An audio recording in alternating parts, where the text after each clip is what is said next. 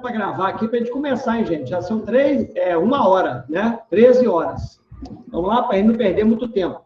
Eu mandei até no grupo aí já o arquivo que eu preparei.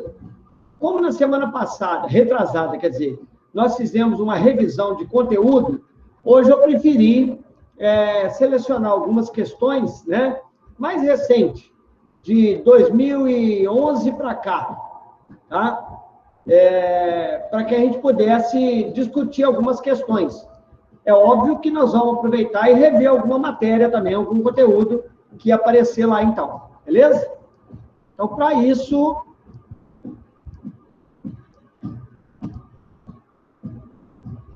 eu vou compartilhar aqui, então, com vocês, fazer uma apresentação.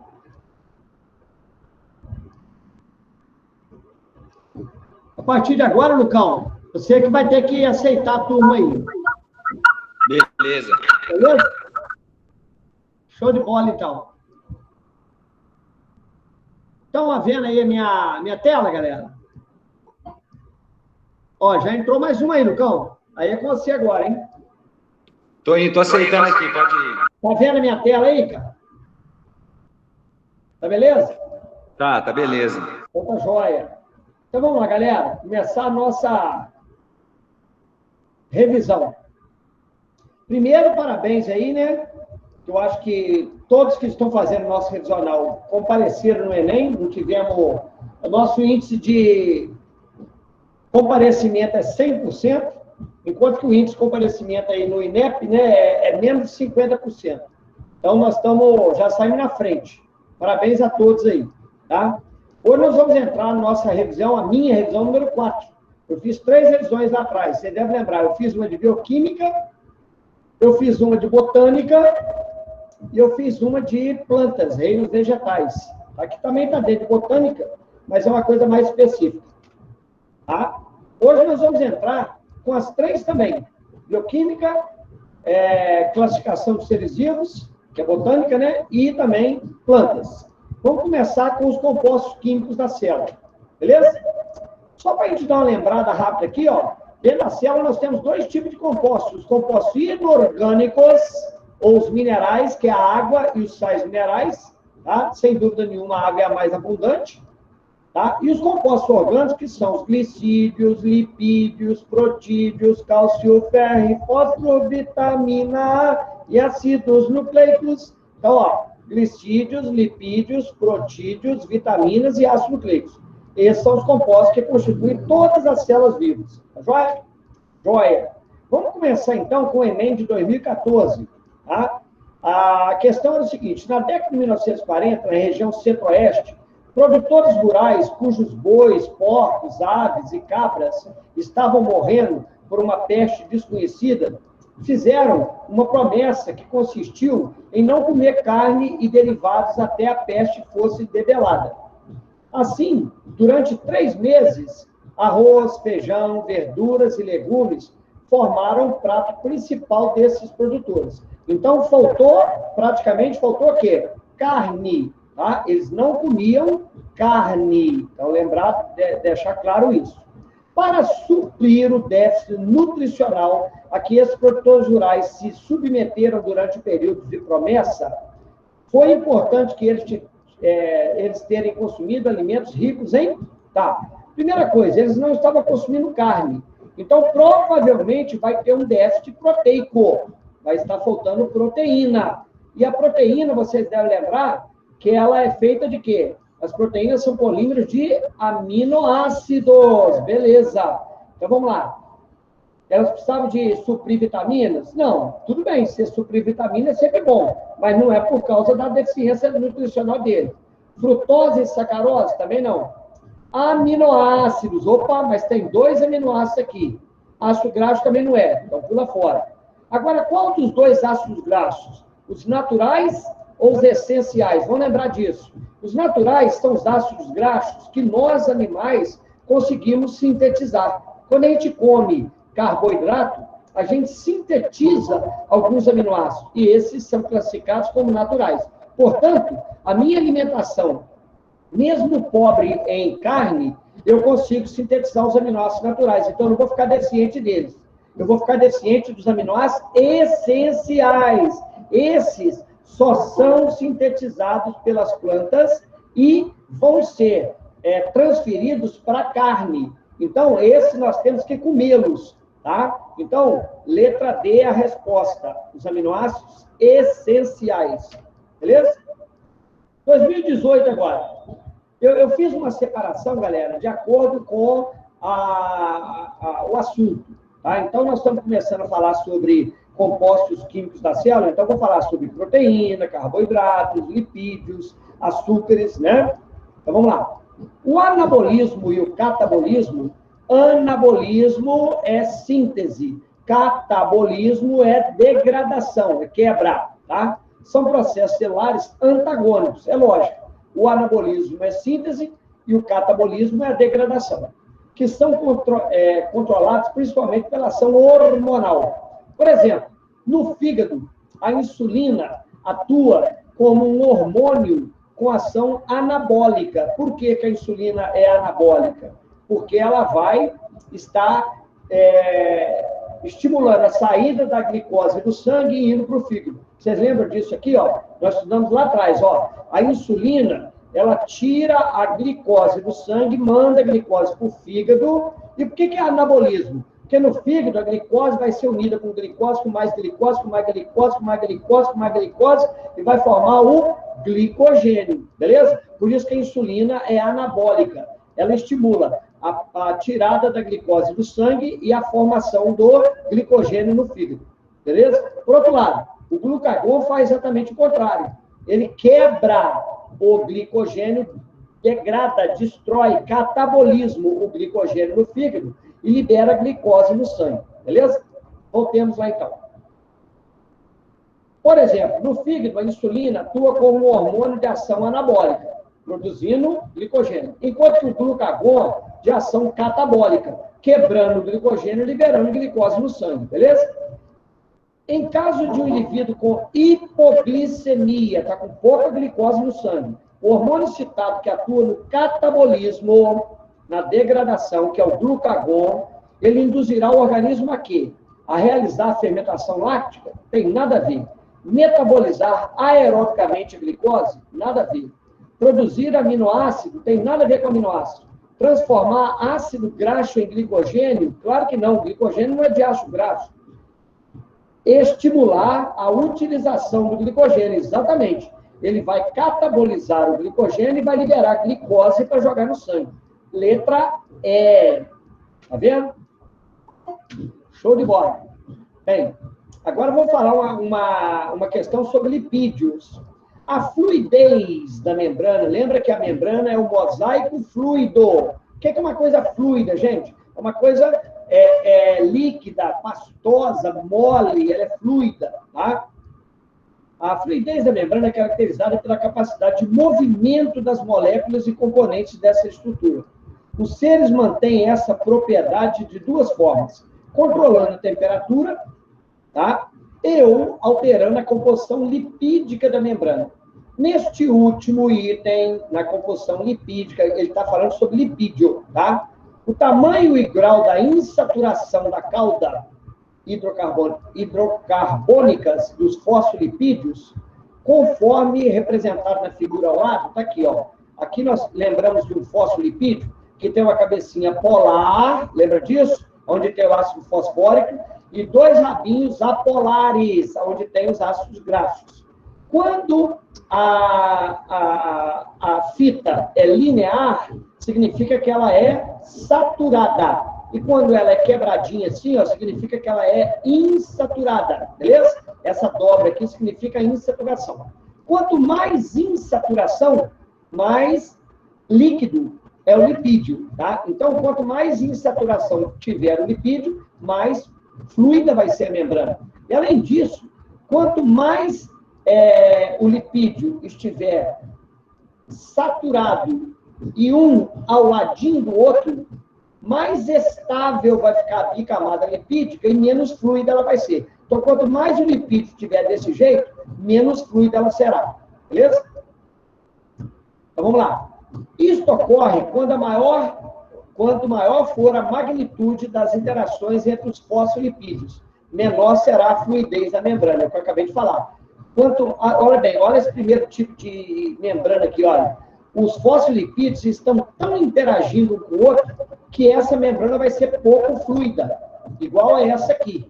Diga de passagem, a 4 vai ser menos fluida ainda do que a 1. Por quê? Porque o tamanho do ácido graxo é muito maior. Você vê que a membrana é mais grossa. Então, ela vai ser menos fluida ainda. Então, ó, uma ordem de fluidez aqui, a menos fluida de todas é a 4, seguida da 1. Aí nós vamos passar para qual agora? Para 5, porque ele tem alguns lipídios insaturados, mas tem um tamanho maior. Seguida da 3. E a mais fluida de todas seria a 2. Perceba que todos os lipídios são pequenos, ou seja, são menores, pequenos não, são menores, e tem a insaturação. Então, essa seria a membrana mais fluida de todas. Resposta letra B. Beleza? Tá acompanhando aí, galera? Se alguém quiser perguntar alguma coisa, é só falar, hein? Tá beleza? Tá tudo ótimo aí. Manda um alô para mim, alguém aí. Tudo tranquilo, Flávio. Obrigado, querida. Show de bola. Essa voz não é estranha, não. É a Silvia, não é? É sim. Já logo vi. Tá bom, vamos lá. Bem, continuando bioquímica, ainda em fosfolipídio. Olha o comportamento de um fosfolipídio, gente, quando ele é jogado na água. As cabecinhas que são polares vão ficar em contato com a água. Ó, meio aquoso aqui, ó, a cabecinha polar em contato com a água.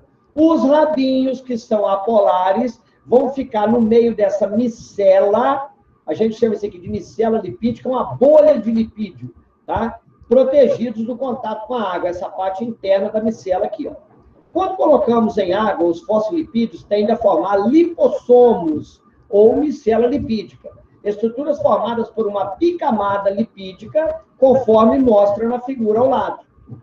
Quando rompida, essa estrutura tende a reorganizar-se em um novo lipossomo. Toda vez que você bate a mão na água, ela espalha, ela forma novos lipossomos. Esse arranjo característico se deve ao fato dos fosfolipídios apresentarem uma natureza o quê? Bem, vamos ver antes da gente olhar as respostas. Esse arranjo se deve ao fato dele ter uma parte polar, que é a cabecinha, e uma parte apolar, que são os rabinhos. Isto é chamada uma molécula anfifílica. Por quê? Porque ela tem uma parte polar e outra apolar. Tá? Então, a molécula de fosfolipídio, ela é polar? Não. Ela é apolar? Também não. Ela é anfótera? Tudo bem, ela é anfótera porque ela pode ter uma parte polar e outra apolar. Vamos continuar lendo. Ou seja, pode comportar-se como ácido e base. Não tem nada a ver com isso, ácido e base. Se tivesse colocado, pode se comportar, ou apresenta uma parte polar e outra apolar, aí estaria certo, tá? Apresenta uma molécula insaturada, ou seja, possui duplas ligações em sua estrutura. Gente, cuidado com essa letra D, que ela está certa. A insaturação é uma dupla ligação, mas isso não tem nada a ver com o comportamento da micela lipídica, do lipossomo, tá?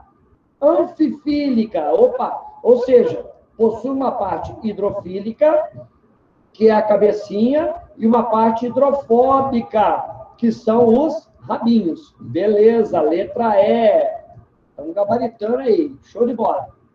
Em 2016, recentemente, um estudo feito em campos de trigo mostrou que níveis elevados de dióxido de carbono. O que é o dióxido de carbono, galera? CO2, só para gente lembrar. Muito importante nas plantas, para quê? Para que a planta faça fotossíntese.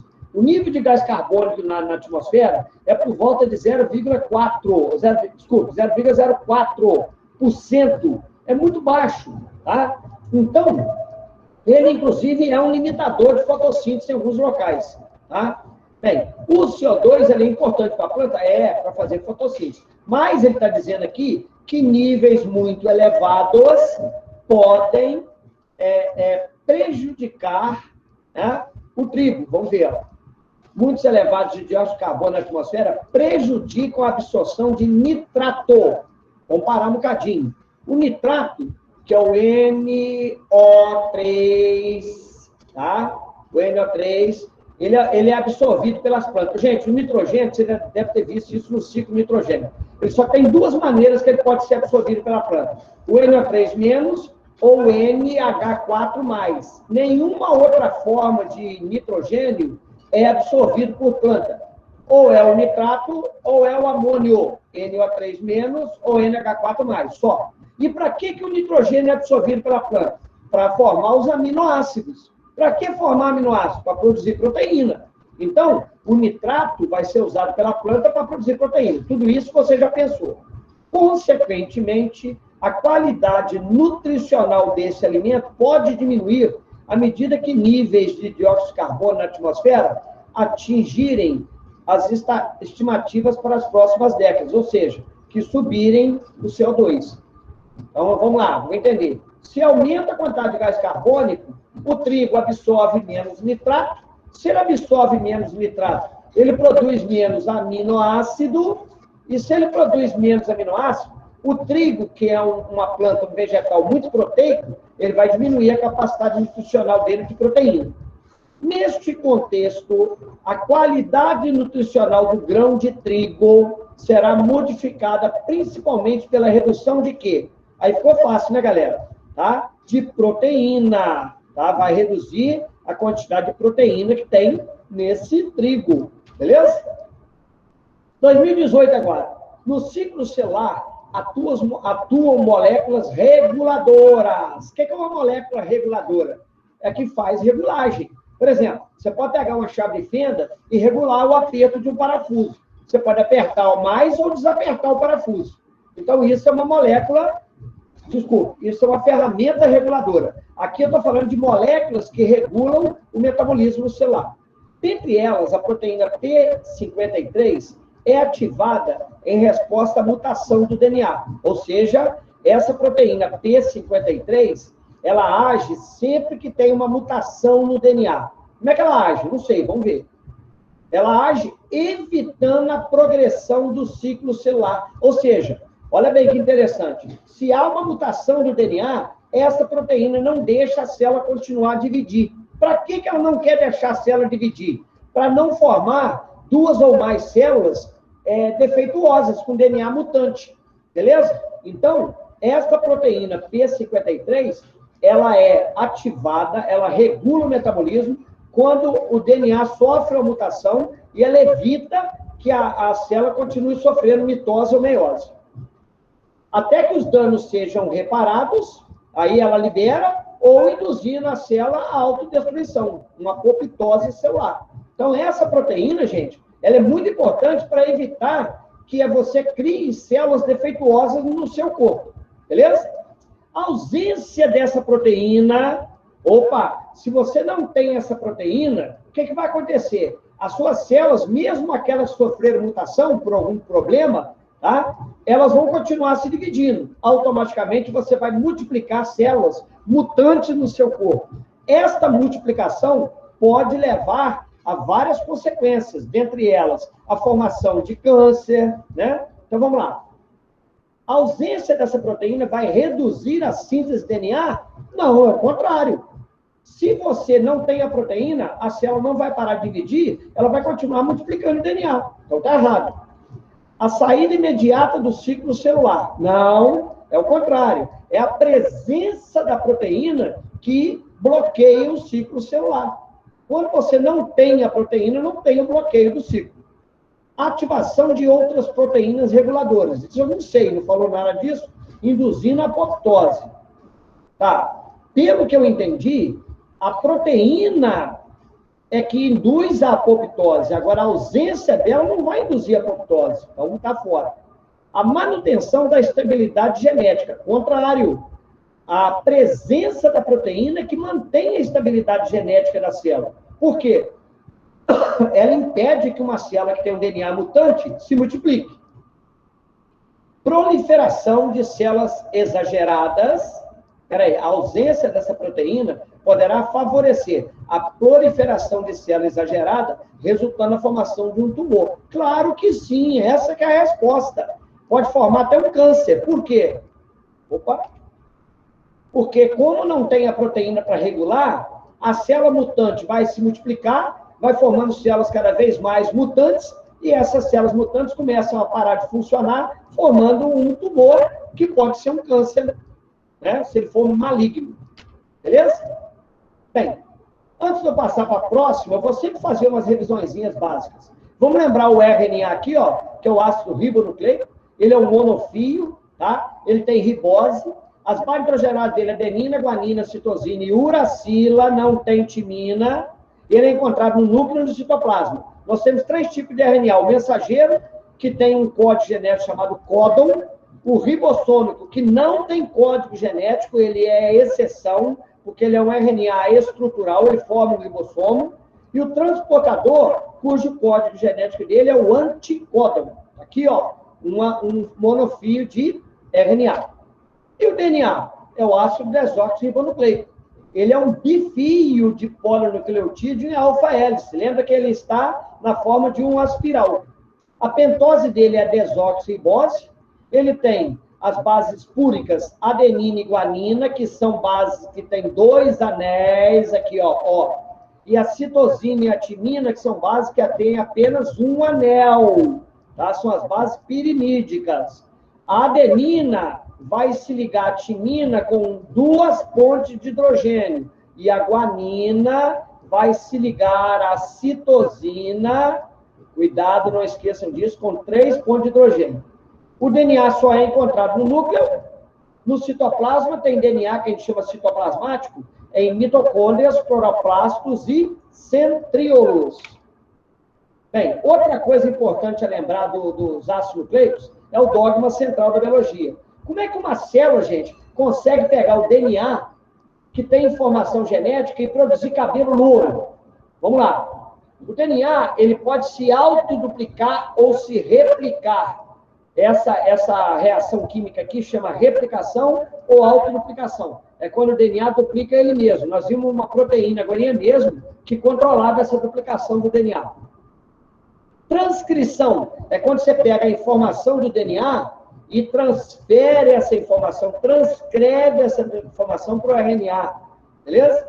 E a tradução ou síntese proteica é quando você pega aquela informação que era do DNA, foi transcrita para o RNA e traduz ela para a proteína. Beleza? Então é assim que a célula funciona. Você herda do seu pai um DNA que tem informação genética para a cor de cabelo louro. Essa informação é transcrita por um RNA, e esse RNA vai ser traduzido numa proteína, e esta proteína que vai fazer o seu cabelo ficar louro. Beleza? Todos os genes agem assim. Não é o gene que faz a característica, não. O gene, ele traz a informação. Quem determina a característica, seu cabelo é liso ou encaracolado, é uma proteína produzida pelo RNA que foi transcrito do DNA. Todo mundo entendeu? Então, de bola. Então, vamos lá. O milho transgênico é produzido a partir da manipulação do milho original, com a transferência para este milho original de um gene de interesse retirado de outro organismo. Então, eu pego um gene de um organismo que me interessa, tá? Pego esse DNA desse gene, desse organismo, e levo para o milho. E esse milho vai receber um DNA de uma outra espécie. Por isso que ele é chamado transgênico. Agora, como é que o milho vai apresentar essa característica? É o DNA que ele herdou que vai produzir a característica? Não, gente. O DNA que ele ganhou vai ser transcrito no RNA. Esse RNA vai ser traduzido numa proteína, e esta proteína é que vai dar a característica que a gente quer. Beleza? A característica de interesse será manifestada em decorrência de quê? Do incremento do DNA a partir da duplicação do gene transferido. Quando eu duplico o gene, é que eu vou ter a característica? Não. Da transcrição do RNA transportador a partir do gene? Não. O RNA também não dá a característica. Quem dá a característica vai ser a proteína. Da expressão das proteínas sintetizadas a partir do DNA.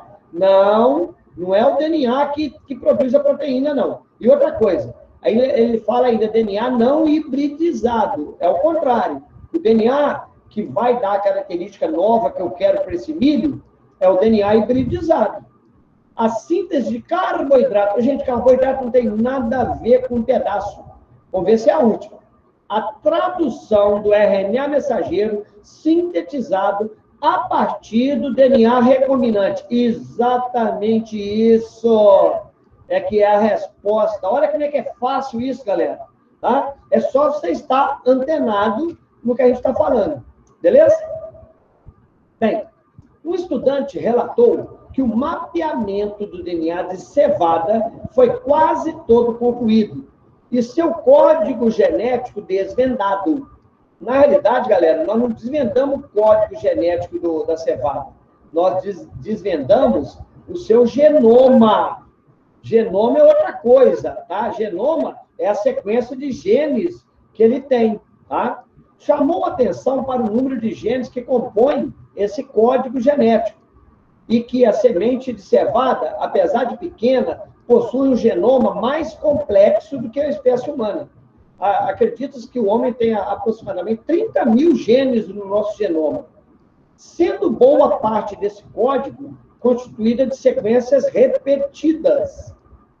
Nesse contexto, o conceito código genético está abordado de forma equivocada. Foi o que eu falei. O código genético não é a sequência de genes do DNA. O código genético, gente, é aquela trinca que tem no DNA, que é chamada de cistron, é aquela trinca que tem no RNA mensageiro, que é chamada de códon, ou aquela trinca que tem no RNA transportador, que é chamada de anticódon. Beleza? Cientificamente, esse conceito de código genético é definido como o quê? Como trincas de nucleotídeos que codificam os aminoácidos. Exatamente isso. Esse é que é o código genético. Localização de todos os genes, não, isso é o genoma. Codificação das sequências repetidas, não. Conjunto de todos os RNAs mensageiros. Nem tem nome isso. Conjunto de todos os RNAs mensageiros. Todas as sequências de pares de base presentes no organismo. Ô, galera, é até bom a gente ver isso aqui, que muita gente pode pensar, ué, todas as sequências de pares de base correspondem ao nosso código genético, não é? Não. Tem muitas dessas sequências que são repetidas, tá? E não tem função informacional. A função dela é só estrutural. Eles estão lá no gene, tá? Com o intuito de separar um gene do outro, de controlar o gene. E nós vamos falar sobre isso já. Vai aparecer questões aí sobre regulação gênica. Vocês já se perguntaram, por exemplo, olha bem, o meu olho tem gene para produzir unha? Tem. O meu olho tem gene para produzir cor de olho? Tem também. A ponta do meu dedão tem gene para produzir unha? Tem. A ponta do meu dedão do meu pé tem gene para produzir cor de olho? Tem também. Ué, peraí. Qualquer célula minha tem os mesmos genes. Então, eu te pergunto, por que aqui no olho eu produzo cor de olho e não produzo unha? E lá na ponta do meu dedão, eu produzo unha e não produzo cor de olho. Isso chama regulação gênica. Tá? Tem condições, tá, que um gene se expressa e tem outras condições em que esse gene não se expressa. Diga-se de passagem, descobrir como se dá a regulação gênica é o maior entrave da biotecnologia atualmente. Você coloca um gene dentro de uma célula e você não sabe se ele vai ser suprimido ou não pelaquela célula. Você não sabe, você não conhece os mecanismos de regulação gênica daquele organismo. Então, hoje em dia, o maior entrave para o crescimento, para a evolução da biotecnologia é justamente descobrir quais são os mecanismos de controle gênico. Como é que eu consigo, no olho, fazer com que o gene para a unha não se expresse e o gene para a cor de olho se expresse, e lá na unha o contrário? Esses são os mecanismos mais complicados, né? E que não foram elucidados ainda. Tá? Bem, em reação a uma cadeia da polimerase, PCR, na sigla de inglês, desculpa, eu li errado. A reação em cadeia da polimerase, PCR em inglês, é uma técnica de biologia molecular que permite a explicação in vitro da forma do DNA de forma rápida. Essa técnica surgiu na década de 1980 e permitiu avanços científicos em todas as áreas de investigação genômica. A dupla hélice é estabilizada por ligações de hidrogênio, 2 entre adenina e timina, vimos agora mesmo, e 3 entre guanina e citosina, vimos agora mesmo. Tá? Inicialmente, para que o DNA possa ser replicado, a dupla hélice precisa ser totalmente desnaturada, desenrolada, pelo aumento da temperatura, quando são desfeitas as pontes de hidrogênio, ligações de hidrogênio, entre as diferentes bases nitrogenadas. Tá? Qual dos segmentos do DNA será o primeiro a desnaturar totalmente durante o aumento da temperatura na reação PCR? Opa! Aqui nós temos, 5 filamentos de DNA. 1, 2, 3, 4, 5. Qual deles vai desnaturar primeiro? Vamos lá. Quando você aumenta a temperatura, você quebra as pontes de hidrogênio. Concorda comigo? Quanto mais pontes de hidrogênio aquele filamento de DNA tiver, maior vai ter que ser o aumento da temperatura para quebrá-lo. E quanto menos pontes de hidrogênio ele tiver, menor vai ser o aumento da temperatura para quebrá-lo. Sabendo que entre A e T nós temos 2 pontes de hidrogênio, e entre G e C nós temos 3 pontes de hidrogênio, quanto maior a quantidade de GC, maior vai ser a resistência daquele filamento do DNA. Concorda comigo? Então, olha primeiro lá, GC, GC, GC, GC, GC, GC. Tá? Só tem 2 AT. Então, esse já está ganhando. Esse aqui só tem 2 AT também. Beleza? Esse aqui tem uma montoeira de AT. Esse aqui tem uma montoeira... Não, só tem 2... Ah, não, tem mais AT aqui também, ó. Tá? Esse aqui, ele tem 4 AT. Então, esse é mais fraco, esse é mais fraco. Esse tem 1, 2, 3 AT.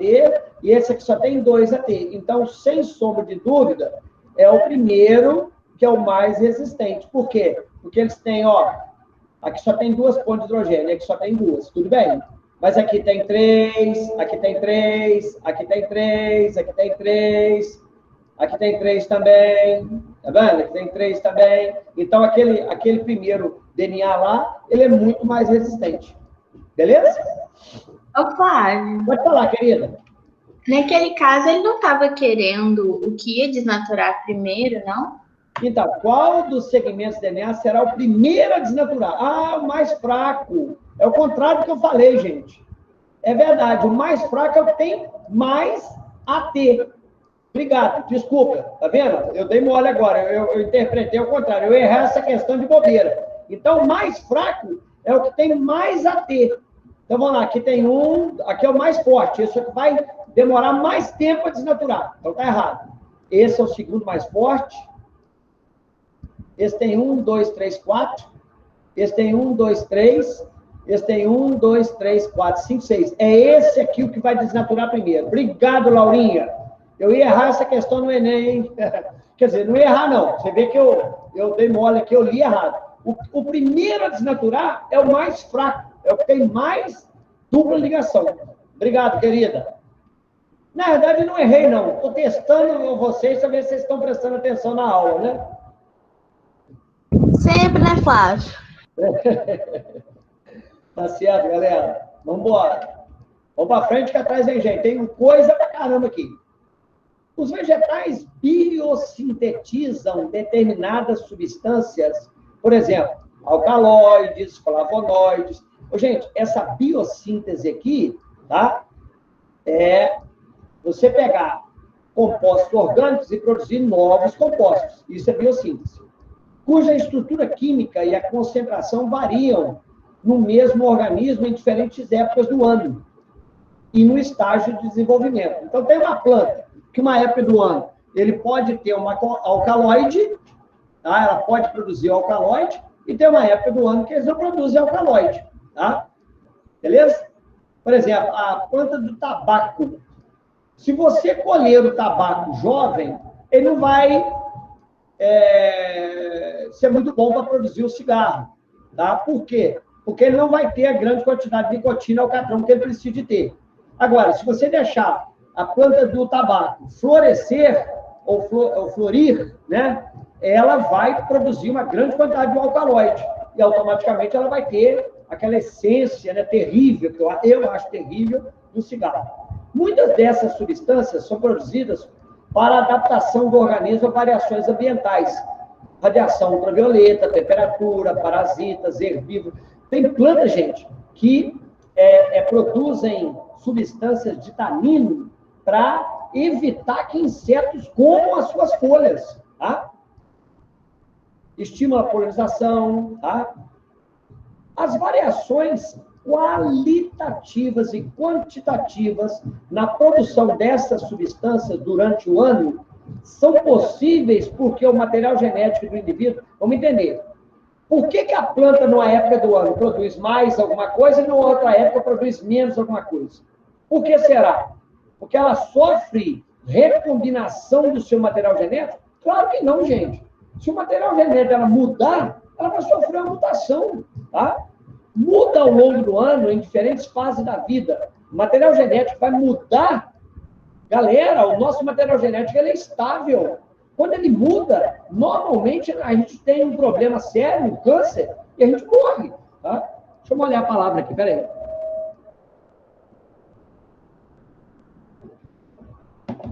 Beleza.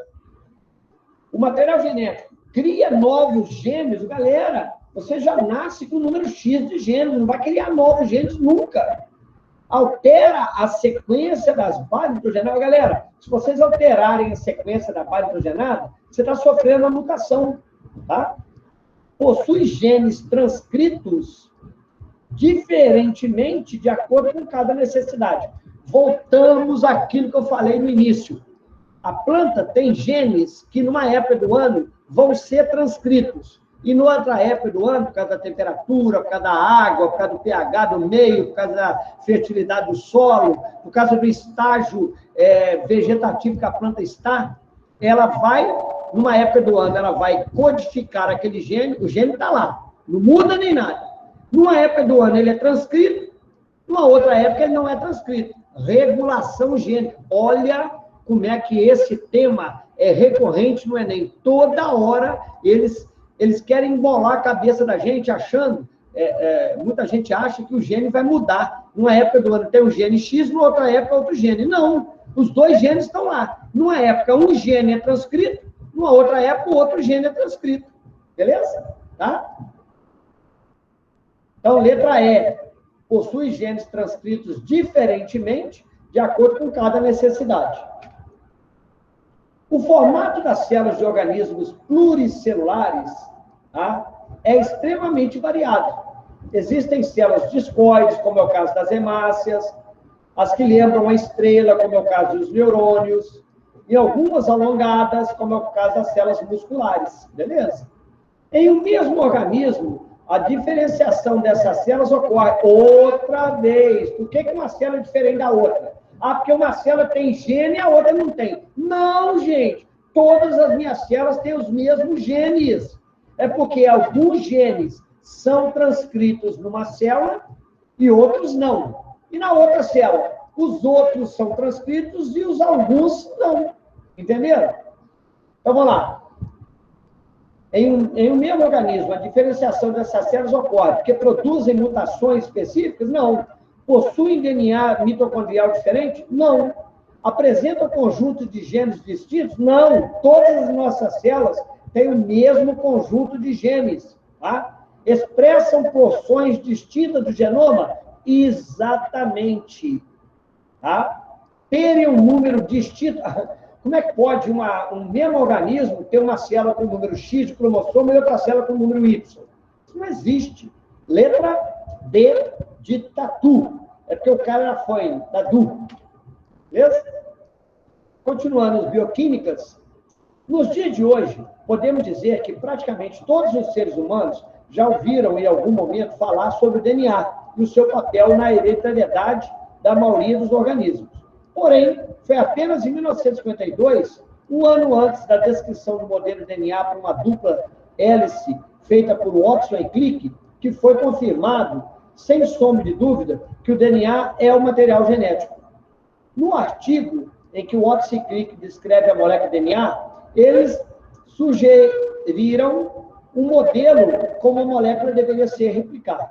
Em 1958, Michelson e Starling realizaram experimentos utilizando isótopos pesados de nitrogênio que foram incorporados às bases nitrogenadas para avaliar como se daria a replicação da molécula.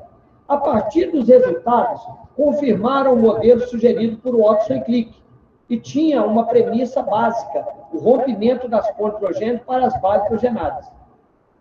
Gente, o que ele quis dizer aqui é o seguinte: quando você pega um bifio de DNA, desse jeito, abre esse bifio com a DNA polimerase, vai abrindo ele, e vai sintetizando nova fita de um lado e uma nova fita do outro, tá? Eles usaram um elemento radioativo e viram que só a fita nova que tinha o elemento radioativo.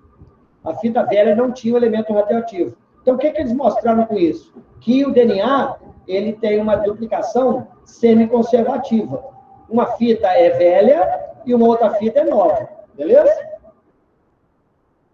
Considerando a estrutura da molécula DNA e a posição das pontes de hidrogênio na mesma, os experimentos realizados por Michelson e Stahl a respeito da replicação dessa molécula levaram à conclusão que a replicação do DNA é conservativa, gente? Não! Ela é semiconservativa, tá errado. A replicação do DNA é dispersiva? Não!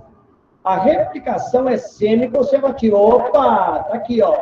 Isto é, as fitas filhas consistem de uma fita parental, beleza, e uma recém-sintetizada. Opa! Tá? Olha bem. Tá? Consiste de uma fita parental, uma que é do DNA mãe, que deu origem, e uma recém-sintetizada. Beleza. Vamos ver se tem mais algum. Por enquanto, eu estou nessa. A replicação do DNA é conservativa. Tá errado. Letra E. A replicação do DNA é semi-conservativa. Opa, outra boa aqui, ó. Isto é, as fitas filhas consistem de uma fita molde, certo? E uma fita codificadora. Gente, fita molde e fita codificadora é a mesma coisa. Fita codificadora é aquela que vai ser usada para servir como molde. Ela vai codificar. Entendeu? Então, aqui ele fala que tem uma fita molde e uma fita codificadora, que é a mesma coisa. Tá errado, tá? Então, a certa é a letra C. Beleza? Show de bola. Bem, esse apanhado aí foram de questões que eu consegui do Enem, né, de 2011 para cá, todas que eu consegui, tá? Não fugiu nada disso aí, não. Sobre bioquímica. Aí nós vamos pegar agora o sistema imunológico, tem muito recorrente. Só para lembrar, a imunidade é quando seu corpo produz um anticorpo, que é uma proteína que você produz, e essa proteína, ela ataca um antígeno, que é um agente estranho. Pode ser um vírus, pode ser uma proteína, por exemplo, veneno de cobra, pode ser uma bactéria, pode ser até um órgão. Por exemplo, você transfunde um coração para o corpo de uma pessoa, você pode produzir anticorpos contra aquele coração. É o princípio da rejeição. Beleza? Então, quando o seu corpo produz anticorpos, nós dizemos que ele está imune. A imunidade pode ser ativa quando seu corpo produz anticorpos, ou ela pode ser passiva quando seu corpo recebe anticorpos prontos. Quando o seu corpo produz anticorpos, através dos glóbulos brancos, os leucócitos, tá? Você gera o que a gente chama de memória imunológica, que é uma capacidade de reconhecer aquele antígeno. Aquele antígeno, que era um corpo estranho, passa a ser um corpo conhecido pelo seu corpo. Isso chama memória imunológica. Por causa disso, a imunidade ativa ela vai ficar com você, normalmente, varia, tá? De caso a caso, mas normalmente ela fica o resto da vida, definitivo. Por outro lado, a imunidade passiva é aquela que você recebe os anticorpos prontos. então ela não vai gerar memória imunológica. Você não conhece o antígeno. Então, enquanto você tiver esses anticorpos que vieram para o seu corpo de fora, você está imune. Quando você jogar de fora, você perde a imunidade. Por isso que ela é passageira. Beleza? A imunidade ativa, ela pode ser natural, quando você pega a doença, ou seja, entra o vírus da catapora no seu corpo. Você reconhece esse vírus, gera memória imunológica e produz o anticorpo. Beleza? Agora, ela pode ser artificial quando você usa vacina. O que é a vacina? É um antígeno amenizado. Você pega o vírus da catapora, trata ele para ele ficar fraco, tá? Ele fica amenizado, fraquinho, tá? E aí você joga esse vírus no seu corpo. Aí você produz memória imunológica e produz os anticorpos. E vai ficar imune o resto da vida. Bem, esse negócio de vacina, igual eu te falei aqui, que é o antígeno amenizado, é um pedaço do antígeno, essa é a primeira geração de vacinas. Nós temos uma segunda geração de vacinas que vai pegar um pedaço daquele vírus e vai colocar dentro do corpo de uma pessoa. Não vai pegar o vírus inteiro, não. Só uns pedaços dele. Lógico que nós vamos colocar aquele pedaço que é o mais importante para reconhecer a nossa célula. Para quê? Para que quando esse pedaço do vírus real entrar no seu corpo, você destrua ele rápido. A terceira geração de vacinas pega o DNA desse vírus, ou o RNA desse vírus, ou desse antígeno, e coloca dentro de um vírus ou de um outro antígeno que é mais corriqueiro. Por exemplo, eu pego um vírus de gripe, influenza, que todo mundo já pega aí normal, uma gripinha boba, e pega um DNA de um vírus H1N1 e põe dentro do vírus da gripe. Quando você injeta o vírus da gripe em você, você vai pegar uma gripezinha boba, mas esse vírus vai jogar um pedaço daquele H1N1 no seu corpo. E você vai acabar gerando memória imunológica contra o H1N1.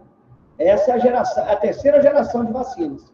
E a quarta geração de vacinas é quando você pega o vírus, tira um pedaço do DNA dele e não coloca em outro vírus, não. Você coloca o próprio DNA ou o próprio RNA dele no seu corpo. Esse DNA, que não é o DNA todo, não, tá, gente? É um pedaço só. Esse DNA ou esse pedaço de RNA, ao ser injetado no seu corpo, ele vai servir como um antígeno e você vai produzir anticorpos contra ele. Essa é a expectativa, tá? Esse tipo de vacina, número 3 e número 4, gente, não foram testadas na espécie humana ainda. Não existe nenhuma vacina testada e aprovada com essas duas metodologias. Já existem vacinas testadas e aprovadas com esta metodologia para uso veterinário. As vacinas que nós usamos ou tem o antígeno amenizado ou tem pedaços do antígeno que não vão fazer mal para a gente, tá? Ou antígeno amenizado ou pedaço do antígeno. Vacina com o DNA do antígeno, ou RNA do antígeno, numa bactéria ou num vírus pouco infeccioso, existem vacinas dessas, mas de uso veterinário. E vacinas que injetam o próprio DNA e o próprio RNA do antígeno, do vírus, no nosso corpo, também não foram testadas em humanos. Só foram aprovadas, umas 4 ou 5 também só, para uso veterinário, beleza? Na imunidade passiva, a mãe manda os anticorpos via cordão umbilical, via colosso para o filho, ou você pega o soro. O que é o soro, galera? São anticorpos prontos. O que é isso? Você pega, por exemplo, veneno de cobra, injeta num cavalo, tá? Esse cavalo não vai morrer com aquele pouquinho de veneno que você injetou. Ele vai produzir anticorpos, você tira os anticorpos do sangue desse cavalo, faz uma sangria e vai usar esses anticorpos prontos para salvar a vida de uma pessoa que sofreu um acidente com uma cobra. Beleza? Vamos começar os exercícios. Os sintomas mais sérios da gripe A, que é o H1N1, foram apresentados por pessoas idosas e gestantes. O motivo aparente é a menor imunidade desses grupos contra o vírus. Tudo bem. Para aumentar a imunidade proporcional relativa ao vírus da gripe A, que é o H1N1, o governo brasileiro distribuiu vacinas para os grupos mais suscetíveis. A vacina contra o H1N1, assim como qualquer outra vacina, naquela época lá, gente, ainda não tinha essa vacina da terceira e quarta geração, não, tá? Contra agentes causadores de doenças infecto-contagiosas, aumenta a imunidade da pessoa, por quê? Porque a vacina possui anticorpos, gente? Claro que não, isso é soro. Ela possui proteínas que eliminam o agente causador? Claro que não, isso seria um remédio. Ela estimula a produção de glóbulos vermelhos? Claro que não, senão você ia ficar menos anêmico. Ela possui linfócitos? Não, gente, ela não tem células, glóbulos brancos, não. Ela estimula a produção de anticorpos contra o agente causador de doença. Exatamente essa. Ela tem o agente causador de doença, só que amenizado. Quando você joga no corpo daquela pessoa vai ter o sistema imunológico dela estimulado a produzir anticorpos. Beleza? Bem, essa questão aqui, ela tem a ver com vacina? Tem. Com soro? Tem. Mas eu pus mais para vocês verem a que nível o Enem quer cobrar de vocês a compreensão dos fatos. Então, vamos ler primeiro aqui, depois eu abro. Foi em 2010 que essa questão entrou. 3 dos 4 tipos de testes atualmente empregados para a detecção de prions patogênicos. O que é prion, gente? Prion é um tipo de proteína, tá? O mal da vaca louca, aquela doença que dava na vaca, que a vaca ficava doida, que a gente não podia comer a carne dela, porque a doença podia passar para a gente, é porque você ia comer a carne dela com essa proteína, com esse prion, e você pegaria a doença. Uma vez identificados um animal morto, infectado, funcionários das agências de saúde pública, fazendeiros, poderiam removê-lo do suprimento alimentar ou rastrear alimentos infectados. Então, por exemplo, chegou uma vaca morta lá no matadouro. Você faz um teste nela. Se ela tem um prion patogênico, você tira a carne dela, não vai vender, não, joga fora. Descarta aquela carne. Tá? Bem, analisando os testes 1, 2, 3 para prions, estão aqui do lado, para a detecção de prions patogênicos, identifique as condições em que os resultados foram positivos. Eu quero saber qual teste. Eu não sei do teste, eu não estudei esse teste. Como é que eu vou saber qual resultado foi positivo? Aí é que vem a esperteza do candidato. Vamos lá. Eu vou ampliar aqui para a gente ver isso aqui. Vamos lá, ó. Vamos começar com o teste 1. Eu peguei o cérebro bovino, do boi, da vaca louca, tirei uma amostra desse cérebro, peguei uma seringa e injetei num camundongo, que é um animal teste. Percebam que eu tenho 2 resultados. O resultado A, um camundongo normal, e o resultado B, um camundongo com X. Provavelmente o camundongo morreu. Qual dos dois vocês acham que é o teste positivo, gente? O camundongo que recebeu o extrato do cérebro da vaca, que tem vaca louca. O que viveu ou o que morreu? O que morreu. Então, este aqui é o teste positivo. Então, o teste número 1, o positivo é o B. Beleza?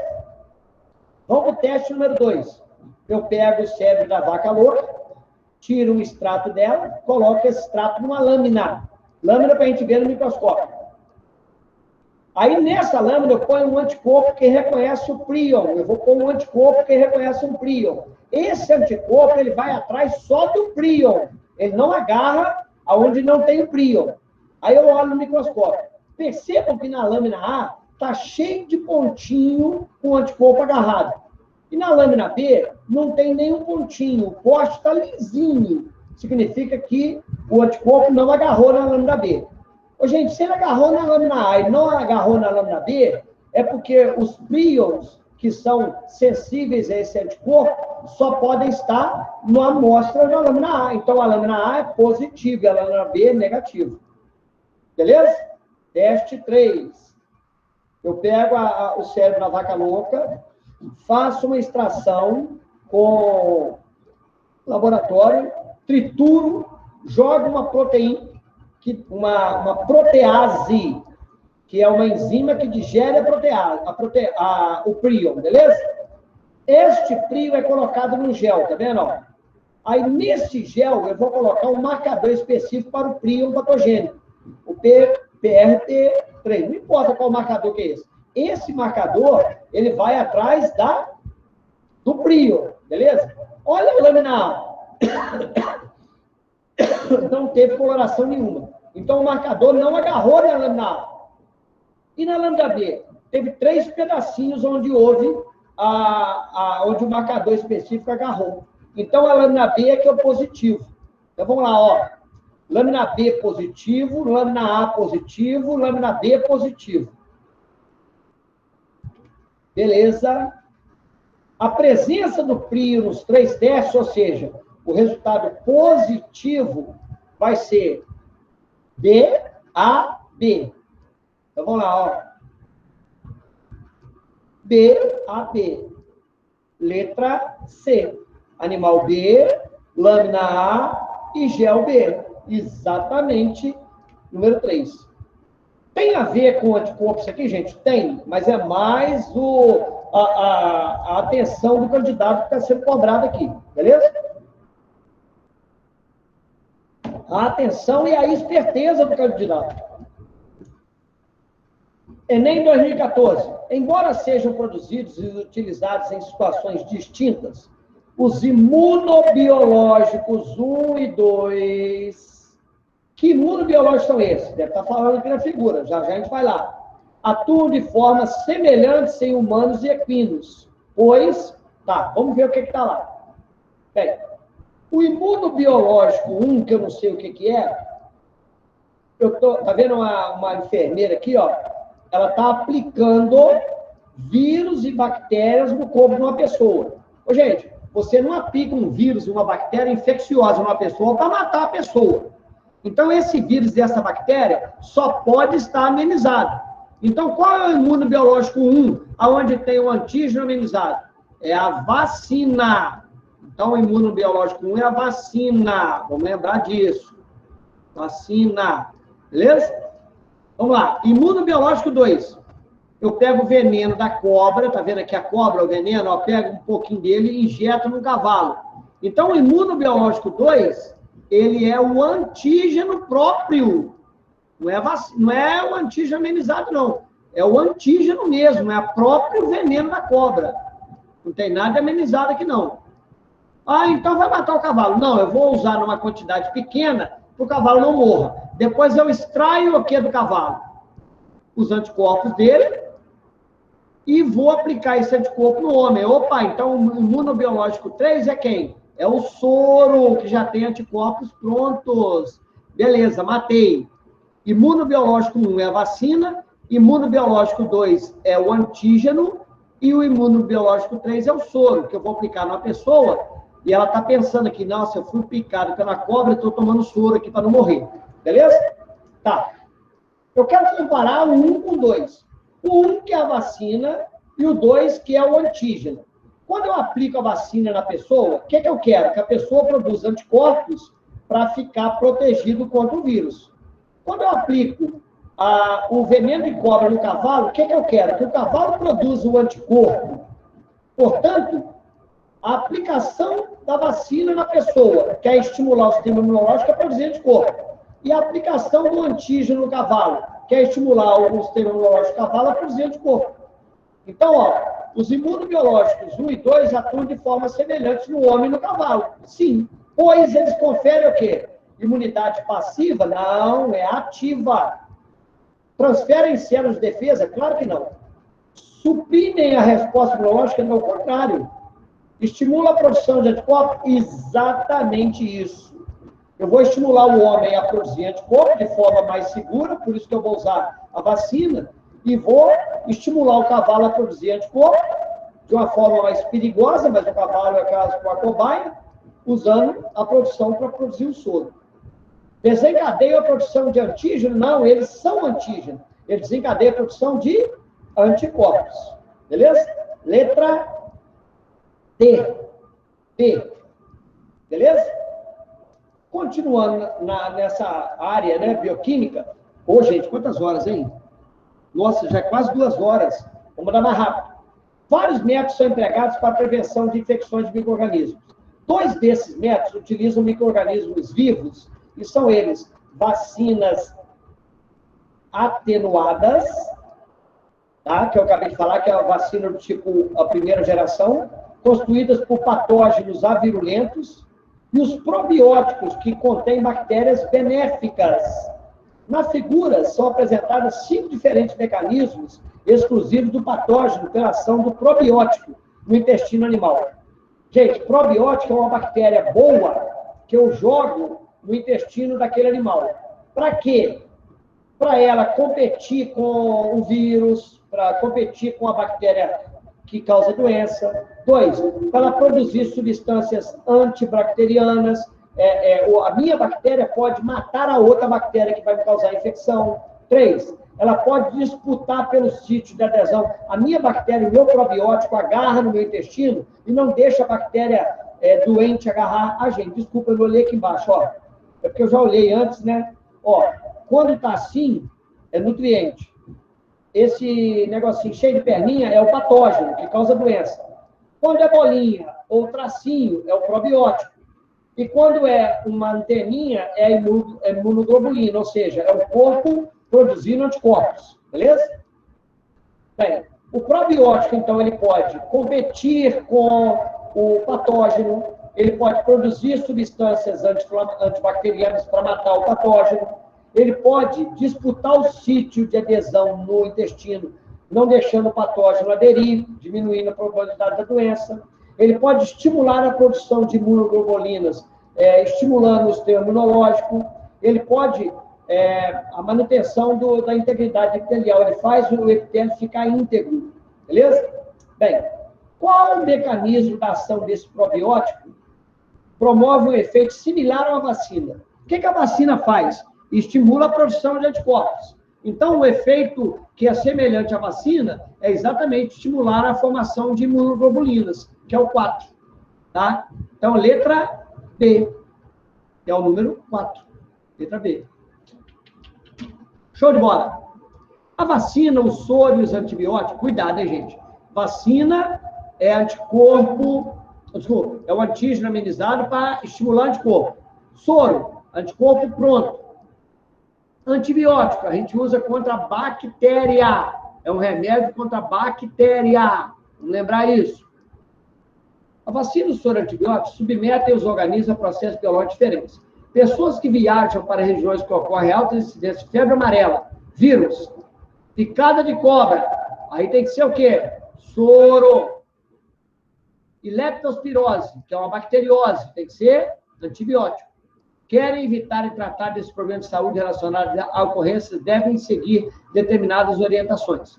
Ao procurar um posto de saúde, o viajante deveria ser orientado por um médico a tomar preventivamente ou com medida de tratamento o quê? O antibiótico contra o vírus? Claro que não. A vacina contra o vírus? Sim. O soro antiofídico contra a picada de cobra? Sim. E o antibiótico contra a leptospirose? Certíssimo! Letra B. O soro contra o vírus? Gente, para que eu vou tomar o soro contra o vírus? Até poderia, mas o antibiótico contra a picada de cobra não adianta nada. Antibiótico contra o soro não adianta nada. Soro antiofídico e antibiótico contra a leptospirose? Pelo amor de Deus. Né? Ora, milhares de pessoas estavam morrendo de varíola humana no final do século XVIII. Em 1796, o médico Edward Jenner inoculou em um menino de 8 anos o pus extraído de feridas de uma vaca contaminada com o vírus da varíola bovina. Olha que legal, gente. Ele colocou o vírus da varíola bovina no menino, que causa uma doença grande em humanos. A varíola bovina não causa varíola humana, não, tá? O garoto contraiu uma infecção benigna, uma infecção levinha, e 10 dias depois estava recuperado. Meses depois, Jenner inoculou no mesmo menino o pus varioloso humano, que causaria-lhe muitas mortes. O menino, então, adoeceu. O menino não adoeceu. Gente, este é o princípio da vacina. Inclusive, o nome vacina vem disso aí, ó. Por quê? Porque o menino recebeu a bactéria de uma vaca, vaccinia. Por isso que vem o nome vacina, vaccinia. Considerando o resultado do experimento, qual a contribuição que esse método trouxe para a saúde humana? A prevenção de diversas doenças infecto-contagiosas no mundo todo. Claro que é isso, a vacina, gente, é preventiva. O soro e o antibiótico são curativos. Então é isso. Vamos ver se tem mais alguma coisa. A compreensão de que os vírus podem se multiplicar na matéria orgânica. Mentira! Vírus não se multiplica na matéria orgânica. O tratamento de muitas enfermidades. Não! Tá? Não é tratamento, é prevenção. O estabelecimento da ética na utilização de crianças. Nossa, pelo amor de Deus. A explicação de que alguns vírus de animais podem ser transmitidos para o humano. Tudo bem, isso é verdade. Mas não é o que ele contribuiu. Resposta, letra A. E outra coisa, hein, gente? Para um vírus de animal passar a atacar o humano, tem que acontecer aquele processo de mutação, que eu expliquei na última aula minha, chamada de virose emergente. Beleza? Com isso, nós acabamos essa parte. Continuando, agora vamos entrar no metabolismo energético. Vamos lembrar, galera, metabolismo energético, nós só temos dois tipos. As reações que produzem energia e as reações que acumulam energia na célula. As que produzem energia, todo ser vivo tem que fazer. Ou a gente fermenta, ou a gente respira, ou a gente faz os dois.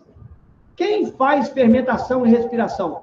Todo ser vivo. É lógico que tem aqueles que só fermentam, anaeróbios, tem aqueles que respiram, aeróbios, e temos os aeróbios facultativos, que fermentam e respiram. Agora, acumular energia, gente, é dádiva de Deus. É só acontece com autótrofo, que fazem quimiossíntese, que é só bactéria, ou que fazem fotossíntese, que é plantas e algas. Beleza? E bactérias também. Há milhares de anos, o homem faz uso da biotecnologia para a produção de alimentos como os pães, cervejas e vinhos. Na fabricação de pães, por exemplo, são usados fungos unicelulares, as leveduras, chamadas leveduras, está aqui, que são comercializadas como fermento biológico. Eles são usados para promover o crescimento da massa, deixando-a mais leve e macia. O crescimento da massa de pão é o processo, é resultante da... Gente, o fermento vai fermentar a massa e vai liberar gás carbônico. É isso que faz a massa crescer, liberação de gás carbônico. Ô, gente, vai liberar ácido lático? Pode até liberar. No caso aí, não é ácido lático, não. É álcool, é fermentação alcoólica. Mas poderia até liberar ácido lático. Mas não é o ácido lático ou o álcool que vai fazer a massa crescer. Formar água, pode até formar água, mas não é isso que faz crescer. Produz ATP? A fermentação produz ATP, mas não vai fazer a massa crescer. Libera calor? A fermentação é exotérmica, libera calor, mas não vai fazer a massa crescer. O que faz a massa crescer é a liberação de gás carbônico. Beleza? Ô, gente, tá tudo bem aí? Tranquilo? Estão acompanhando legal? Como é que tá aí? Tranquilo, Flávio. Obrigado, minha querida. Vamos continuar.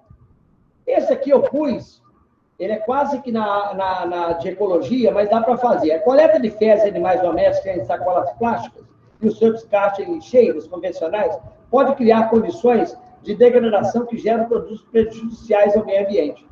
A pessoa coleta a caca do cachorro aqui, ó, e joga no lixo. Depois vai haver podridão, fetidão, substâncias fétidas são liberadas, tá? Mau cheiro. Isso vai criar uma poluição ambiental. A figura 2 mostra um projeto que tem num parque, lá em Cambridge, nos Estados Unidos, em que as fezes de animais domésticos são recolhidas em sacolas biodegradáveis e jogadas num biodigestor, instalados em parques públicos. Olha lá, ó, cata a caca, joga a caca dentro de um biodigestor, esse biodigestor vai produzir gás, todo mundo lembra o gás do biodigestor, qual que é, galera? É o metano, gás metano. A digestão aqui é anaeróbia, não é aeróbia não, é anaeróbia. Se fosse aeróbia, liberaria gás carbônico. Como é anaeróbia, libera metano, beleza? Aí esse gás é canalizado para um poste, onde ele vai ser queimado fazendo a iluminação pública. Olha que legal. Matou 2 coelhos com uma caixa d'água só. Os produtos são utilizados em equipamentos no próprio parque. Uma inovação desse projeto é possibilitar o quê? A queima de gás metano. Tudo bem, ele possibilita isso, mas é isso que é inovação? Armazenamento do gás carbono tem nada a ver com o gás carbono. Decomposição aeróbia, não é aeróbia não, hein, galera? É anaeróbia, tá errado. Uso mais eficiente de combustíveis fósseis. O que tem a ver com combustível fóssil aqui, gente? Fixação do carbono molecular. Não, então realmente é a primeira. É a queima de gás carbônico, tá? De gás metano, desculpa. Eu acho um desperdício. Ele podia ter colocado aqui, né? Você vai reutilizar, né? Ou vai, né, reutilizar. Você vai reciclar as fezes do cachorro, produzindo um combustível e no fim daquela biodigestora ali, nós vamos ter um adubo que pode ser usado em parques e jardins para crescimento de plantas. Moradores sobreviventes da tragédia que destruiu aproximadamente 60 casas no Morro do Gumba, na zona norte de Niterói, ainda defendem a hipótese do deslizamento ter sido causado por uma explosão provocada pelo gás metano, visto que esse local era um lixão. Olha bem, colocou lixo debaixo da terra, fermentação, acumulou gás metano, explodiu, aconteceu aquele deslizamento lá. O gás mencionado no texto é produzido como subproduto da respiração aeróbia? Não, é da fermentação. Pela degradação anaeróbia de matéria orgânica por bactérias? Exatamente isso. Com produto da fotossíntese? Não. Pela transformação química do gás carbônico? Não. Pela conversão do óxido? Não. Pula para frente. Plantas terrestres que ainda estão em fase de crescimento fixam grande quantidade de CO2 através da fotossíntese, utilizando para formar novas moléculas orgânicas e liberam grande quantidade de O2 na fotossíntese. No entanto, em florestas maduras, cujas aves já atingiram o equilíbrio, o consumo de O2 pela respiração tende a igualar com a fotossíntese. Por quê, galera? Pega uma plantinha recém-nascida, ela é toda verdinha, então praticamente todas as células dela fazem fotossíntese. Agora, pega uma mangueira enorme, as folhas dela são verdes, mas os galhos não são, os troncos não são, o caule não é, a raiz não é. Então, a maior parte das células dessa planta não está fazendo fotossíntese, está fazendo respiração. Por isso que há esse equilíbrio. Então, numa floresta grande, enorme, né, terciária, uma floresta em equilíbrio, a respiração e a fotossíntese tendem a equilibrar. A morte natural de árvores nessa floresta afeta temporariamente a concentração de O2 e CO2 próximo à superfície do solo, onde elas caíram. Por quê? Quando uma árvore cai, como ela está sobre o solo, vai haver uma decomposição aeróbia dela. Ou seja, as bactérias vão decompor aquele material orgânico e vai gastar mais o oxigênio ainda. A concentração, e vai gastar o oxigênio, vai diminuir o oxigênio e vai aumentar o gás carbônico. A concentração de oxigênio próximo ao solo, aonde a árvore caiu, será menor, certo? Pois haverá consumo de O2 durante a decomposição. Exatamente é isso. Vai ser maior a quantidade de oxigênio? Não. Vai ser maior? Não. Vai ser igual? Não. Vai ser menor, tudo bem? Pois haverá redução do O2 pela falta de fotossíntese. Tem nada a ver isso. Tá? Vai reduzir o O2 porque vai haver a decomposição aeróbia daquelas árvores. Normalmente, as células do organismo humano realizam a respiração aeróbia, isso é verdade, na qual o consumo de uma molécula de glicose gera 38 ATPs. Lembra que a fermentação gera 2 ATPs e a respiração 38 ATPs. Contudo, em condições anaeróbias, o consumo de uma molécula de glicose pelas células é capaz de gerar apenas 2 ATPs. É o que eu acabei de falar. E o nosso corpo, quando a gente não tem oxigênio suficiente, ele pode apelar e fazer fermentação láctica. Tá? Qual a curva representa o perfil de consumo de glicose para a manutenção da homeostase da célula, que inicialmente está em condição anaeróbia e é submetida ao aumento gradual da concentração de oxigênio? Ou seja, eu pego uma célula e coloco ela sem oxigênio. O que ela vai fazer? Ela vai gastar muita glicose e vai fermentar. Quando eu vou aumentando o oxigênio, ela vai começar a respirar, portanto, ela pode gastar menos glicose. Então, ó, vamos lá. Consumo de glicose. Quanto mais alto, maior o consumo. Concentração de oxigênio. Quanto mais alto, mais a planta vai respirar, menor vai ter que ser o consumo. Então, peraí, quando o oxigênio é pouco, vai haver fermentação e o consumo tem que ser alto. Qual é o gráfico que começa com consumo alto aqui, ó? É o 1 e o 5, tá? É o 1 e o 5, beleza? Esses outros gráficos estão tudo fora já, ó. Bem, à medida que a concentração de oxigênio vai aumentando, o consumo de glicose tem que cair. No 1, esse consumo mantém-se constante. Não é assim. O consumo de glicose tem que cair. Até quando chegar a 42 unidades de oxigênio, o consumo de glicose vai ser baixo. Por quê? Porque eu produzo muita energia. Então, o gráfico é o número 5. Letra E. Gráfico número 5. Eu começo com o consumo de glicose alto, porque tem pouco oxigênio, estou fermentando. À medida que eu aumento o oxigênio, eu vou começar a respirar e vou gastar menos glicose. Beleza? O 2,4-dinitrofenol, DNP, é conhecido como um desacoplador da cadeia elétrons da mitocôndria e apresenta o fenômeno emagrecedor. Vamos lá. Você vai inibir a respiração ou vai atrapalhar a respiração da mitocôndria e automaticamente, como você vai estar produzindo menos energia, você vai ter que gastar mais glicose. Por quê? Porque quando você respira normal, você quebra a glicose, produz 38 ATPs. Quando você está com esse remédio aí, você produz menos ATPs e aí você tem que respirar mais. Automaticamente você vai gastar muito mais glicose. Contudo, por ser muito perigoso e percorrência de casos letais, pode matar a pessoa asfixiada, é proibido em diversos países, inclusive no Brasil, graças a Deus. Na mitocôndria, essa substância captura no espaço intermembranas o próton H, provenientes da atividade de proteínas da cadeia respiratória. Gente, tudo isso aí quer dizer o seguinte: entre uma membrana e outra, nas cristas mitocondriais, lembra? Há um gradiente de prótons. Esse gradiente é que produz o ATP.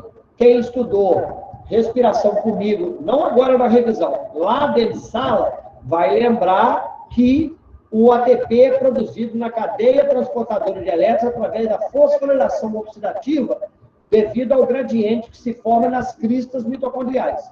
Assim, esses prótons não passam pelo transporte enzimático, não criando gradiente. Não cria gradiente, não produz ATP, ou produz menos ATP. Se produz menos ATP, eu tenho que respirar mais para produzir mais ATP, senão eu morro. Beleza? O efeito emagrecedor desse composto está relacionado a quê? A obstrução da cadeia respiratória, tudo bem, obstrui mesmo, resultando em um maior consumo de células de ácido graxo, não, vai consumir lipídio, não, tá? Bloqueio da redução das reações do ciclo de Krebs. Tem nada a ver com o ciclo de Krebs, tem a ver com a cadeia respiratória. Diminuição da produção da acetilcoenzima A. Não tem nada a ver, a acetilcoenzima A é ciclo de Krebs, tem nada a ver. Inibição da glicólise. A glicólise, gente, é a primeira etapa. Redução na produção de ATP, tudo bem. Resultando em maior gasto celular de nutrientes. Ou seja, a célula vai ter que respirar mais, para quê? Para produzir mais ATP. Exatamente, letra E. Vamos lá que ainda dá tempo. Certas espécies de algas são capazes de absorver rapidamente compostos inorgânicos presentes na água, acumulando-os durante seu crescimento. Essa capacidade fez com que se pensasse em usá-las como biofiltros para a limpeza de ambientes aquáticos contaminados, removendo, por exemplo, o nitrogênio, fósforo, resíduos orgânicos e metais pesados provenientes de rejeitos industriais lançados na água. Na técnica de cultivo integrado, animais e algas crescem de forma associada promovendo um maior equilíbrio ecológico. Quando você coloca um peixe junto com a alga, tá? O peixe, ele come a grande parte da matéria orgânica, elimina restos, fezes que podem ser digeridos por bactérias, liberando sais minerais que vão ser usados pelas algas. A utilização da técnica de cultivo integrado animal com alga representa uma proposta favorável ao ecossistema mais equilibrado, por quê? Os animais eliminam metais pesados, gente, animal eliminando metal pesado, primeiro que o metal pesado é bioacumulativo, não é eliminado. Mas se o animal estiver eliminando metal pesado, ele tem tanto metal pesado nele que ele está morto. Animais fornecem excretas orgânicas nitrogenadas, ótimo, que são transformadas em gás carbônico pela alga. Ô, gente, a alga não transforma e libera gás carbônico, não, gente. A alga libera oxigênio, ela faz fotossíntese, está errado. As algas utilizam os resíduos nitrogenados liberados pelo animal, é legal, e eliminam o gás carbônico na fotossíntese. Elas vão eliminar gás carbônico na fotossíntese, gente? Elas eliminam o oxigênio, outra vez errado. As algas utilizam os resíduos nitrogenados provenientes do metabolismo dos animais, certo? E durante a síntese de compostos orgânicos, que é a fotossíntese, libera oxigênio. Exatamente, letra D de tatu. Molhando a palavra mais uma vez. Letra D. Só para desencargo de consciência. As algas aproveitam os resíduos metabólicos dos animais, certo? E durante a quimiossíntese... Gente, quimiossíntese é só bactéria. Não tem nada a ver com alga, não. Pesquisadores conseguiram estimular a absorção de energia luminosa em plantas graças aos usos de nanotubos de carbono. Para isso, nanotubos de carbono se inseriram no interior do cloroplasto por uma montagem espontânea através de membranas de cloroplasto. Pigmentos da planta absorvem as radiações luminosas. Os elétrons são excitados e se deslocam para o interior das membranas do cloroplasto. E a planta utiliza, em seguida, essa energia elétrica para a fabricação de açúcar. Gente, todo mundo que estudou fotossíntese comigo sabe que a clorofila A e a B, que é o fotossistema que tem lá como é que chama? Na fotofosforilação cíclica e acíclica, elas absorvem o fóton da luz, excitam e liberam o elétron. É assim que acontece a fotossíntese. Os nanotubos de carbono podem absorver comprimentos de onda habitualmente não utilizados pelo cloroplasto, principalmente na banda do verde e do amarelo. Vocês lembram que nós falamos que o cloroplasto não absorve nem verde nem amarelo?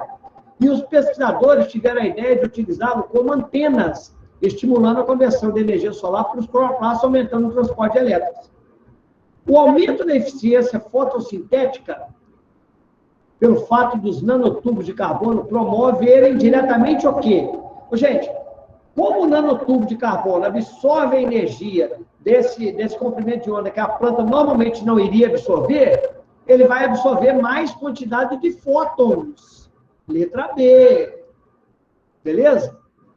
É lógico que ao absorver mais fótons, eles vão utilizar mais água, vai formar mais gás de oxigênio, não vai ter mais cloroplasto, pode até ter menos, e vai capturar mais carbono. Tudo isso é consequência, mas a ação, a causa, é a absorção de fótons, beleza? Com isso, nós acabamos a segunda parte minha. Vamos entrar na terceira e última parte, tá? Que é a classificação dos seres vivos. Vamos lembrar da taxonomia aí, ó. Né? Lembra que é o doreficofágio, domínio, reino, filo, classe, ordem, família, gênero, espécie. Beleza? Aqui tem eu vou falar mais rápido para ver se eu consigo fazer mais questões. Os bichinhos, como o homem, a carne não é. Nossa irmã mosca é feia e tosca, enquanto o mosquito é mais bonito. Nosso irmão besouro é feio com couro. O mal sabe voar, nossa irmã barata é bichinha que mais chata. Está falando de insetos. O poema acima sugere a existência de relações de afinidade entre animais, são os insetos, e nós, que somos seres humanos. Qual é a relação que existe entre o homem, que é um cordado, e os insetos, que são artrópodes? Nós somos do mesmo reino. Nós somos do mesmo reino. O homem é do filo cordado e o inseto é artrópode. Então, nós não somos do mesmo filo. Nós somos do mesmo reino, animalia. Não somos da mesma classe, muito menos da mesma família, muito menos da mesma espécie. Bem, a classificação antiga de Tucker dividiu os seres vivos em 5 reinos: Monera, Protista, Fungi, Plantae e Animalia. A classificação moderna de hoje divide em 3 domínios: arqueobactérias, que são bactérias procariontes que têm um ribossomo, que tem um RNA ribossômico diferente. As eubactérias, que também são procariontes com RNA ribossômico diferente da primeira.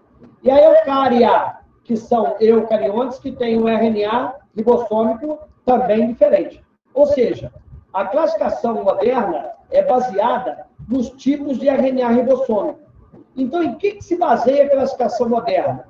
Nas relações filogenéticas. Por que genética, gente? Porque tem a ver com o RNA ribossômico de cada uma delas. Então, o que distingue os grandes domínios são as relações filogenéticas. Beleza? Durante as estações chuvosas, aumentam no Brasil as campanhas de prevenção contra a dengue. Vamos lá. Qual o objetivo da redução da proliferação do mosquito Aedes aegypti? Aqui tem mais a ver com biologia de controle ambiental do que com vírus propriamente dito. Ele quer perguntar como é que ele controla a multiplicação do Aedes aegypti? Removendo os recipientes que possam acumular água. Substituindo casa de barro, colocação de tela. Gente, a colocação de tela na janela pode até controlar a dengue, mas não diminui a multiplicação do Aedes aegypti. Eu quero diminuir a multiplicação do Aedes aegypti. Então, remover recipientes que possam acumular água na célula, para a multiplicação da larva do mosquito. Beleza? A contaminação pelo vírus da rubéola é especialmente preocupante em grávidas devido à síndrome da rubéola congênita, que pode levar ao risco de aborto e malformações congênitas. Devido às campanhas de vacinações específicas, nas últimas décadas, houve uma grande diminuição de casos de rubéola entre as mulheres. E a partir de 2008, as campanhas se intensificaram e têm dado maior enfoque à vacinação de homens também. Antes era só mulher, agora é homem. Igual ao HPV, tá? A primeira vacinação era só as meninas. Agora já está vacinando os homens também. Por quê? Porque os homens, nós homens, vamos servir como vetores dessa doença. Tá? Considerando a preocupação com a ocorrência da SRC, as campanhas passaram a dar enfoque à vacinação dos homens porque eles ficam mais expostos aos vírus? Não. Transmite os vírus para a mulher grávida? Sim. Passa a infecção diretamente para o feto? Não. O homem não tem contato com o feto, cara. Transmite a imunidade para parceiras grávidas? O homem vai transmitir a imunidade. São mais susceptíveis. O homem é mais susceptível à rubéola? Claro que não. Tá? O problema é que a mulher também não é mais susceptível, não. O problema é que quando a mulher pega a rubéola e está grávida, vai haver má formação do feto. Tá? O problema é o feto, não é a mulher. Na família Retroviridae, encontram-se diversos tipos de vírus que infectam aves, mamíferos, sendo caracterizados pela produção do DNA a partir do RNA. Lembra da TR, transcriptase reversa, são os retrovírus. Alguns retrovírus infectam exclusivamente o homem, o HIV, não necessariamente outros hospedeiros, reservatórios ou vetores biológicos. As infecções ocasionadas por esses vírus vêm causando mortes e grandes prejuízos ao desenvolvimento social e econômico. Nesse contexto, pesquisadores têm produzido medicamentos que contribuem para o tratamento dessa doença. Que avanços tecnológicos têm contribuído para o tratamento das infecções virais de retrovírus, tá? Nós não temos vacinas ainda. Então, nós temos que usar o quê? Medicamentos que controlam a multiplicação do vírus. Melhoria dos métodos de controle dos vetores? Não, no caso aí, contra o vírus da AIDS, por exemplo, é usar camisinha. Mas não é melhoria dos métodos, não. Fabricação de soro mutagênico. Gente, nós temos soro para tratar aidético? Não. Investimento da indústria de equipamentos de proteção individual? Claro que não. Produção de vacinas não existe, infelizmente, ainda. Falo que já tem vacina contra a AIDS, mas ainda não tem comprovado e não são usadas em larga escala. Desenvolvimento de antirretrovirais, né, o coquetel anti-AIDS, que dificulta a reprodução desses vírus. Exatamente. Letra E. Letra E. Tanto a febre amarela quanto a dengue são doenças causadas por vírus do grupo arbovírus, pertencentes ao gênero flavovírus, flavivírus, que é o meu grupo de vírus. Existindo 4 sorotipos para vírus causador da dengue. Já tem 4 tipos diferentes de vírus causador da dengue. A transmissão de ambos acontece pela picada de mosquitos, como a Aedes aegypti. Entretanto, embora compartilhe essa característica, hoje somente existe vacina contra a febre amarela, não tem contra a dengue. Já até tem contra a dengue, mas não é efetivo. Esse fato pode ser atribuído a quê? Por que tem vacina contra a febre amarela e não tem contra a dengue? A maior taxa de mutação do vírus da febre amarela? Não, é o contrário. A alta variabilidade antigênica do vírus da dengue? Exatamente isso. Tem muito mais tipo de vírus da dengue do que da febre amarela. Então, é muito mais difícil você conseguir uma vacina polivalente que valha contra todos os vírus da gripe. A menor adaptação do vírus da dengue? Não. A presença de 2 tipos de ácido nucleico? Não. Baixa capacidade de indução de resposta imunológica? Claro que não. Uso prolongado de lente de contato, sobretudo durante a noite, aliado a condições precárias de higiene, representa um fator de risco para o aparecimento de infecção, denominada ceratite microbiana.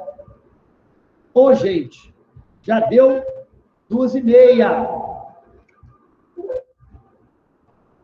Já deu 2h30 e eu estou na metade da minha revisão. Ah, meu Deus.